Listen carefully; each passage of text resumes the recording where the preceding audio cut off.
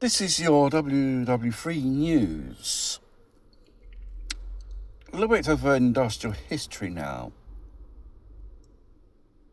Karlovicki founded one of the most iconic television set producers here in Italy, a self-made man. Well, he started off after the war.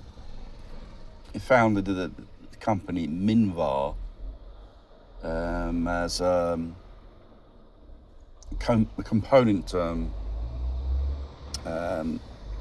company. Static valves, transformers, radio. It's after the war when basically the Italian economy was a clapped out banger, and he's made his fortune through the kits throughout the late 40s up until the 1950s, and the advent of television set, which really pushed Mivar into other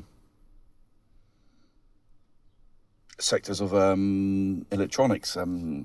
Television, in 1954, came here in Italy. The first broadcasts were Rai, and it was a very expensive device at that time.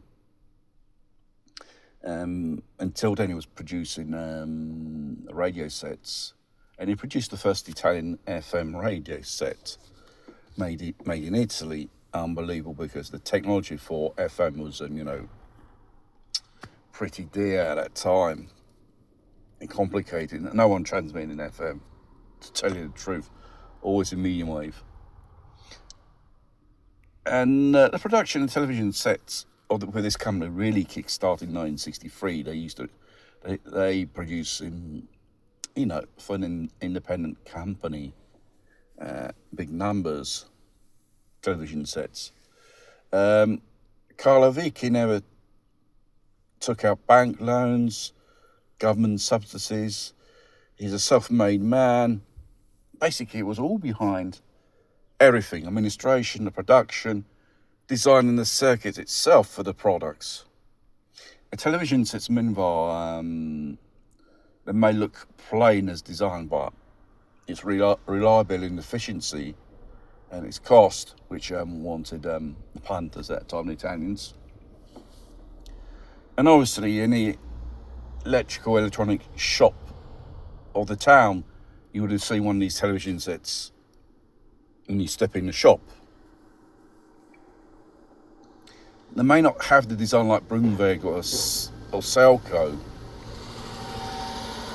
but they were built in such a way it could be easy repaired and fixed. And all the locations of various functions of the set itself, it was so simple to have access. He even supplied you a circuit diagram with all the models which he produced. It has to be easy to repair, and that's why people second or third television set was a Mivar. And the television sets were used everywhere, even as monitors in television stations, because you need something which is durable and reliable. And very interesting, the feedback from the customers, customer service, regarding the reliability of the television sets, which component which gives out for first, and therefore he upgraded the television sets and made them more better in that way. Not like the multinationals, they're producing huge volumes and there's no human touch for it. To the 1980s and 90s, he had a 30% of the markets here in Italy, and he even produced up to just about 1 million television sets a year here in Italy. The fortunes of this company started to change, not due to he was on the edge of bankruptcy because everything he earned, he reinvested in the company. It's the advent of LCD and flat screen television sets from the 2000s and onwards,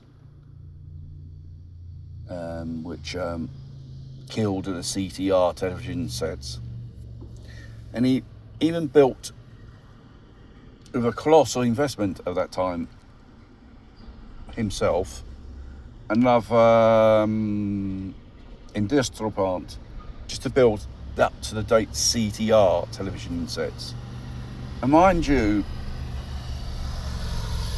all the components which he built his television sets were off-the-shelf components, excluding the CTR, which had to be supplied by Philips at that time. Then in the 2000s, Mivar started producing here in Italy the television sets as we know them today, flat screen ones, and they weren't as efficient. It was the television sets he was producing 10 years before.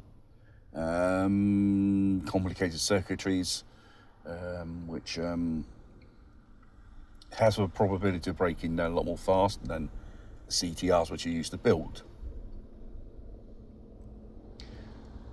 And that remained as an empty cathedral in the desert.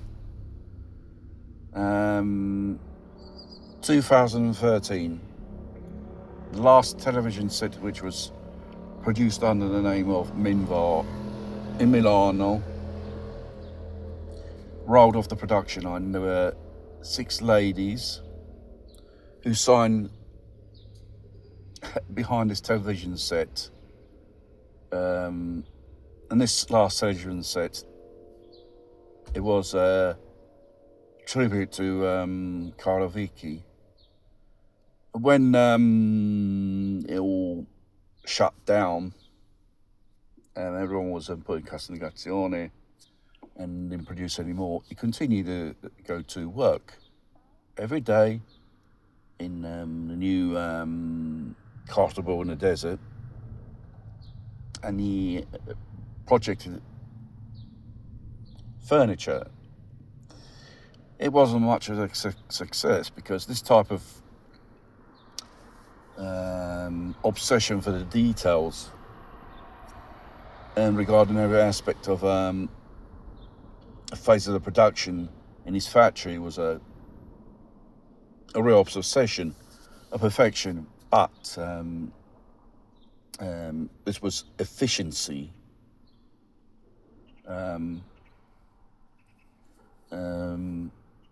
Making them more compatible to costs, making more productive, which this type of philosophy it was a man of 360 degrees. He was a self-made man. He never went to, school. He learned as an apprentice during the fascist era. He was one of those who followed fascism, was admired by this type of thing he was. And there was a bit of a scandal in 2018 when he restored with his own money a monument for the victims of fascists. The soldiers, dedicated to soldiers and stuff like that.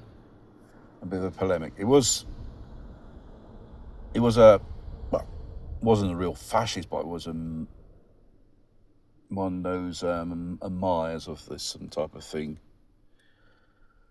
And obviously in 2021, he died at the age of 98.